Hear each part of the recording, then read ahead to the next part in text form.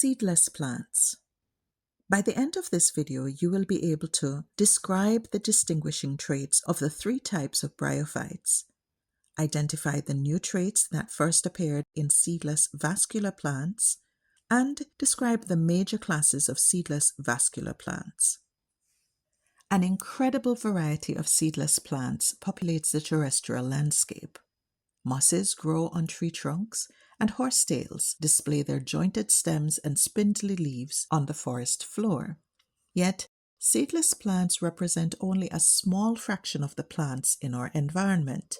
300 million years ago, seedless plants dominated the landscape and grew in the enormous swampy forests of the Carboniferous period.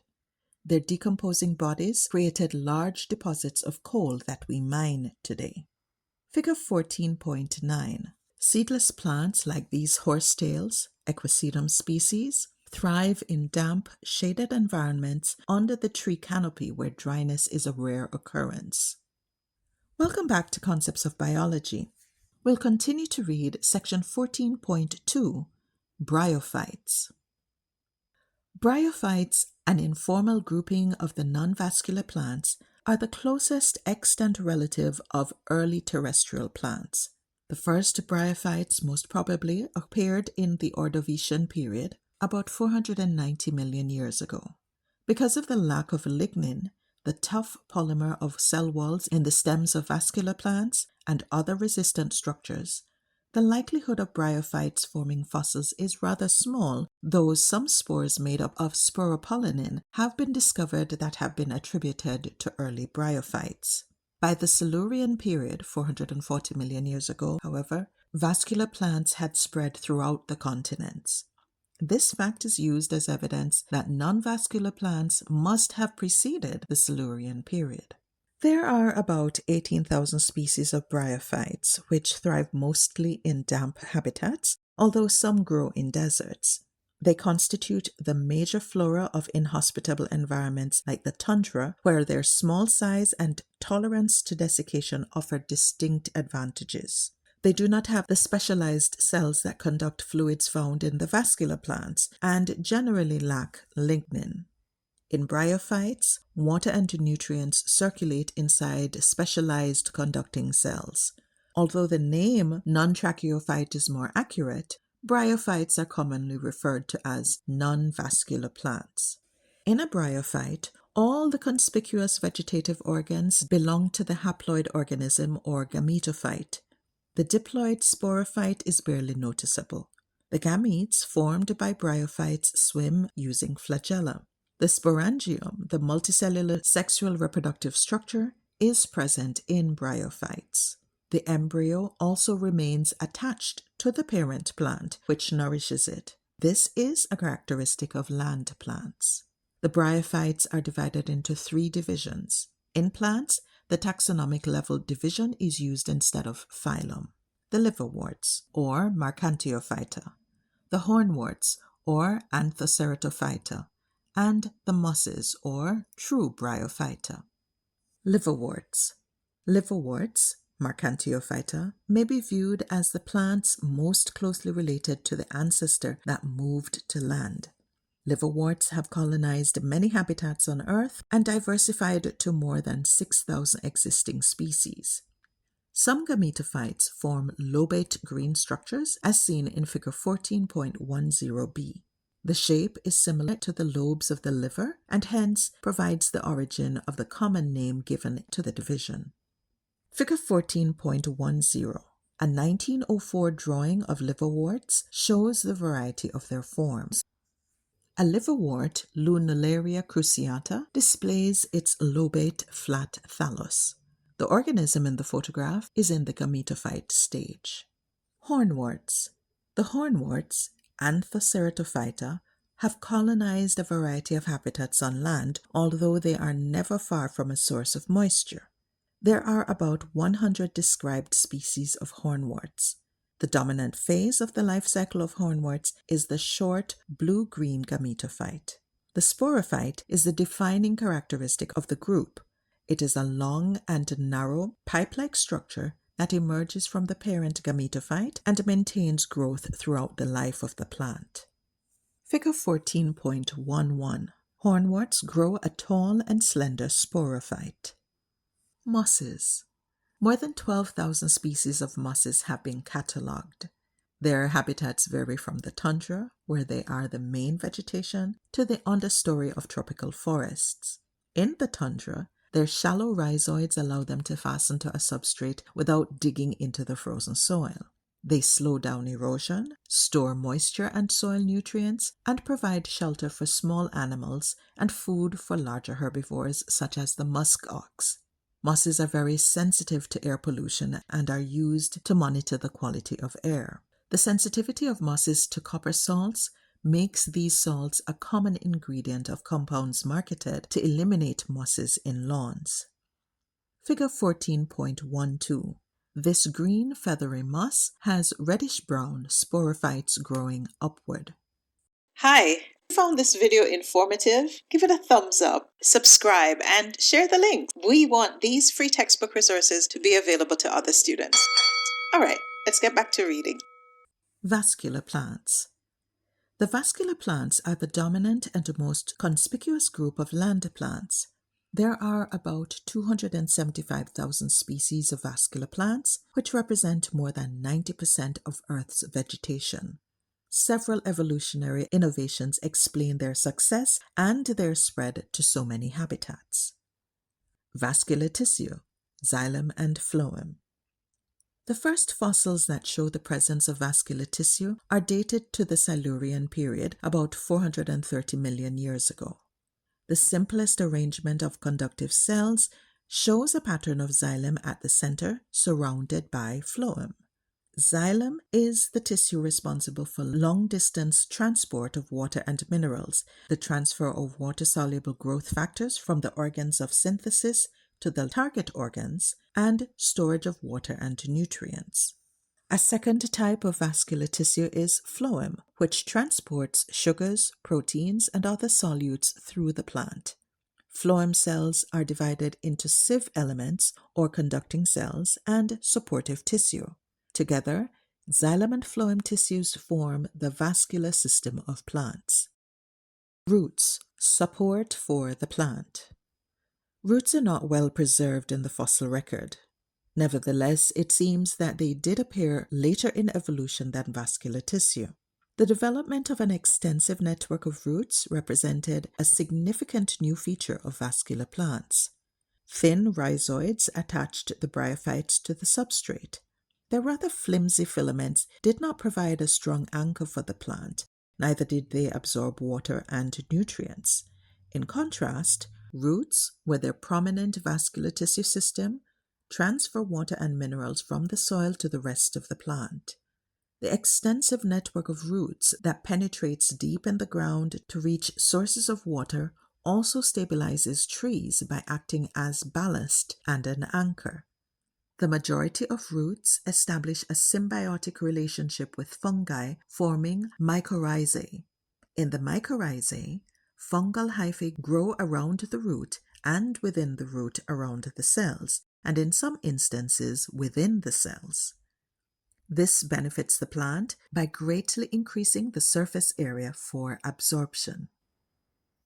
Leaves, Sporophylls, and Strobili.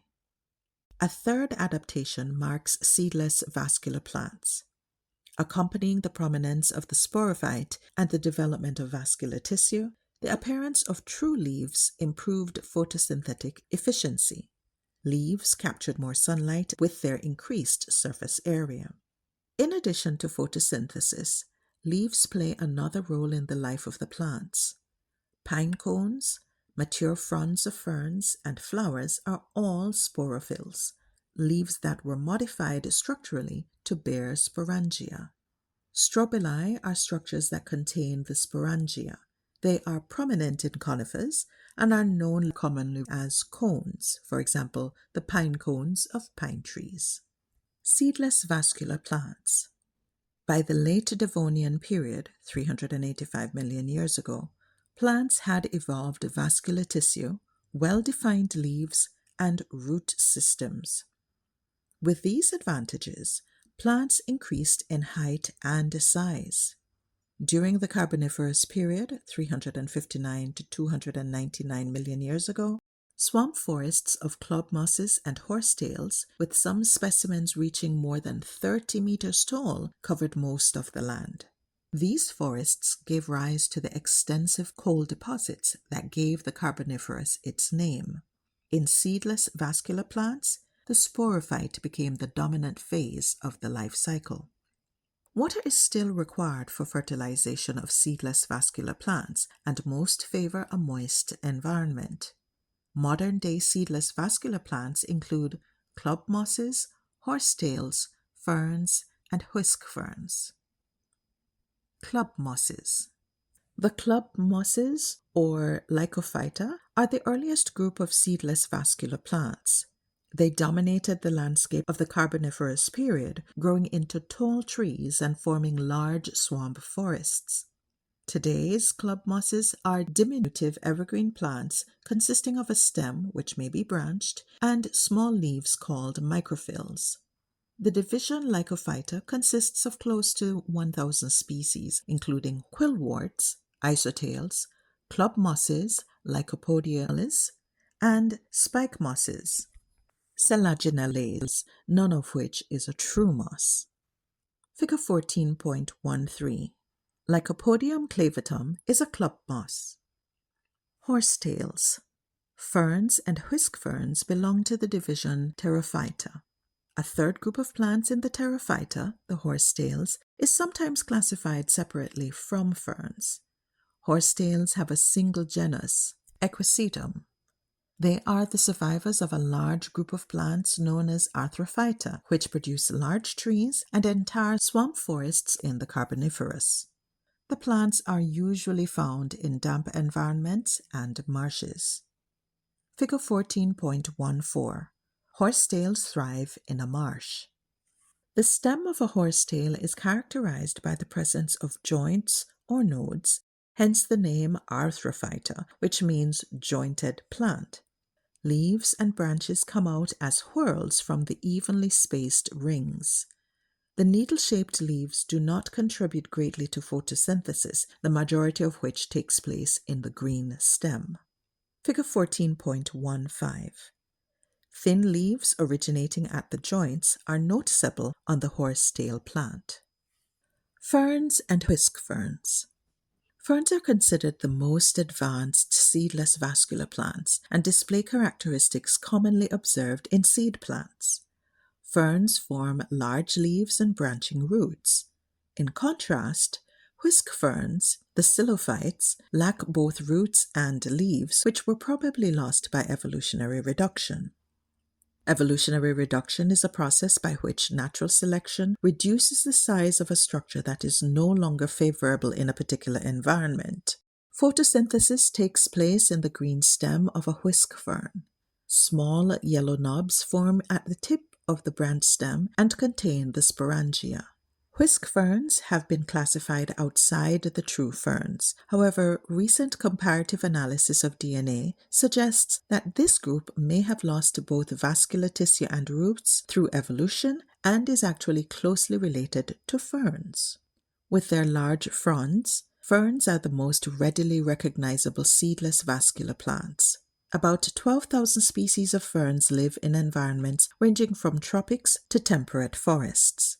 Although some species survive in dry environments, most ferns are restricted to moist and shaded places. They made their appearance in the fossil record during the Devonian period, 416 to 359 million years ago, and expanded during the Carboniferous period, 359 to 299 million years ago. Figure 14.16. Some specimens of this short tree fern species can grow very tall. Figure 14.17. This chart shows the geological timescale beginning from the pre-Archean Eon, 3,800 million years ago, and ending with the Quaternary period in present time. Let's take a look at careers in action. Landscape designer. Looking at the well-laid gardens of flowers and fountains seen in royal castles and historic houses of Europe, it is clear that the creators of these gardens knew more than art and design. They were also familiar with the biology of the plants they chose. Landscape design also has strong roots in the United States' tradition. A prime example of early American classical design is Monticello, Thomas Jefferson's private estate. Among his many other interests, Jefferson maintained a passion for botany. Landscape layout can encompass a small private space like a backyard garden, public gathering places like Central Park in New York City, or an entire city plan like Pierre L'Enfant's design for Washington, D.C. A landscape designer will plan traditional public spaces such as botanical gardens, parks, college campuses, gardens, and large developments, as well as natural areas and private gardens. The restoration of natural places encroached upon by human intervention, such as wetlands, also requires the expertise of a landscape designer. With such an array of required skills, a landscape designer's education includes a solid background in botany, soil science, plant pathology, entomology, and horticulture. Classwork in architecture and design software is also required for the completion of the degree. The successful design of a landscape rests on an extensive knowledge of plant growth requirements such as light and shade, moisture levels, compatibility of different species, and susceptibility to pathogens and pests. For example, mosses and ferns will thrive in a shaded area where fountains provide moisture. Cacti, on the other hand, would not fare well in that environment. The future growth of the individual plants must be taken into account to avoid crowding and competition for light and nutrients. The appearance of the space over time is also of concern.